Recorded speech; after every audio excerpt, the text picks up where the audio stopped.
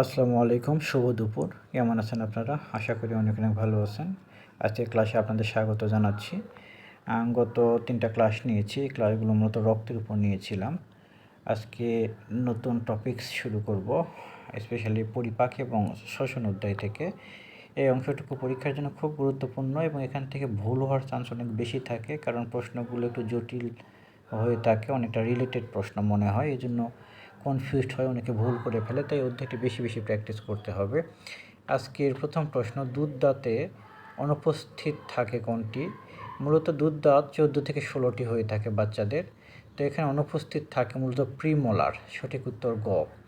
পাকস্থলীর প্রাচীর কতটি পর্যায়ক্রমিক স্তরে বিভক্ত, অর্থাৎ কতটা স্তরে বিভক্ত থাকে? এটা 5টা স্তরে বিভক্ত থাকে পাকস্থলীর প্রাচীর। গবলেট কোষ পাওয়া যায় কোন অঙ্গে?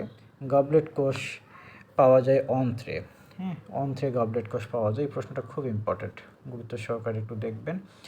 আমরা পরবর্তী প্রশ্ন পড়ব। তার আগে একটু রিকোয়েস্ট থাকবে যে আমার পেজটা শেয়ার করে দিবেন এবং ফলো করে দিবেন এবং পরিচিতজনদের একটু ইনভাইট করে দিবেন। পাশাপাশি আমার যারা ইউটিউব চ্যানেলে দেখছেন অবশ্যই চ্যানেলটি সাবস্ক্রাইব করে দিবেন, একটু লাইক কমেন্ট করবেন। ধন্যবাদ। পরবর্তী প্রশ্ন পড়ব, অর্থাৎ 4 নম্বর প্রশ্নটি, কোন গ্রন্থটি দেখতে অনেকটা মরিচের মতো এবং গোলাপি বর্ণের হয়ে থাকে? সঠিক উত্তর হবে অগ্ন্যাশয়। সঠিক উত্তর গ, কারণ এটা দেখতে অনেকটা মরিচের মতো এবং গোলাপি বর্ণের হয়ে থাকে। কিন্তু আমাদের কিডনিটা কিন্তু আবার অন্যরকম একটা, এটা হচ্ছে কিসে বলবো, সিমের বিচির মতো হয়ে থাকে আমাদের কিডনি, আর এটা হচ্ছে মরিচের মতো হয়ে থাকে। পাশাপাশি যদি আবার পরে যে আমাদের যকৃৎ, এগুলো কেমন, যকৃৎ আবার কিন্তু হচ্ছে ত্রিকোণা আকৃতির হয়ে থাকে। তো এরপর আমরা 5 নম্বর প্রশ্ন পড়ব, স্টার্চ এবং গ্লাইকোজেন সমান মল্টোজ, এখানে কোন এনজাইম ব্যবহৃত হয়ে থাকে? অর্থাৎ অ্যামাইলেজ এনজাইম এখানে ব্যবহার হয়ে থাকে। অ্যামাইলেজ এনজাইম মূলত অগ্ন্যাশয় থেকে নিষ্কৃত হয়ে থাকে। এই বিষয়গুলো একটু বিস্তারিত জেনে নেবেন, না হয় আমার ইউটিউবে ক্লাস দেখে নেবেন, তাহলে বিষয়গুলো ক্লিয়ার হয়ে যাবে। এখানে তো সব বিস্তারিত বলা যায় না, তো আমার এই জন্য ইউটিউব পেজে বিস্তারিত দেওয়া আছে, ভালো করে দেখবেন আপনারা ইউটিউব চ্যানেলে। এরপর আমরা পরবর্তী প্রশ্ন পড়ব, টায়ালিন নিষ্কৃত হয় কোনটি থেকে? টায়ালিন নিষ্কৃত হয় লালাগ্রন্থি থেকে। এছাড়াও লালাগ্রন্থি থেকে মিউসিন নিষ্কৃত হয়ে থাকে। টায়ালিন মূলত শর্করা জাতীয় খাবারকে পরিপাক করে থাকে, আর হচ্ছে মিউসিন মূলত খাবারকে পিচ্ছিল করে থাকে। এই বিষয়গুলো ইউটিউবে বিস্তারিত দেওয়া আছে, আপনারা দেখে নেবেন। 7 নম্বর প্রশ্ন, পাকস্থলীর প্রাচীরে যে প্যারাটাইল যাকে বলা হয়, প্যারিয়েটাল দেওয়া আছে। প্যারিয়েটাল কোষ থেকে নিষ্কৃত হয় কোনটি?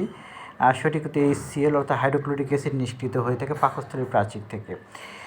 আমরা 8 নম্বর প্রশ্ন পড়ব, মানবদেহের সবচেয়ে বড় গ্রন্থি আবরণকারী পর্দার নাম কি? একটু কম দেখা যাচ্ছে, এই জন্য পড়তে সমস্যা হচ্ছে, কারণ ছোট করে আসলে স্পষ্ট দেখা যাচ্ছে না, এই জন্য অনেক ছোট লেখাগুলো।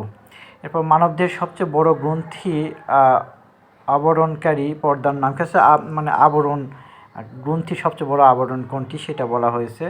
তো সঠিক উত্তর হবে গ্লিসন ক্যাপসুল। এইটা হচ্ছে সঠিক উত্তর ক। গ্লিসন ক্যাপসুল, এখানে বানানটা একটু মনে হচ্ছে ভুল দেওয়া আছে। এখানে সঠিক বানানটা হওয়ার কথা যে গ্লিসনস ক্যাপসুল হবে, একটা যন্তন্য হবে একটা, তাহলে এটা সঠিক হবে। এর পরবর্তী আমরা প্রশ্ন পড়ব যে কোথায় ইউরিয়া তৈরি হয়? সঠিক উত্তর যকৃতে ইউরিয়া তৈরি হয়ে থাকে। আজকে এ পর্যন্তই। পরবর্তীতে আরও কিছু গুরুত্বপূর্ণ MCQ নিয়ে আলোচনা করব। সে পর্যন্ত ভালো থাকবেন, আর আমার চ্যানেলটি সাবস্ক্রাইব করে দিবেন, আর পেজে যারা দেখছেন পেজটি ফলো করে দিবেন। ধন্যবাদ, ভালো থাকবেন। আসসালামু আলাইকুম।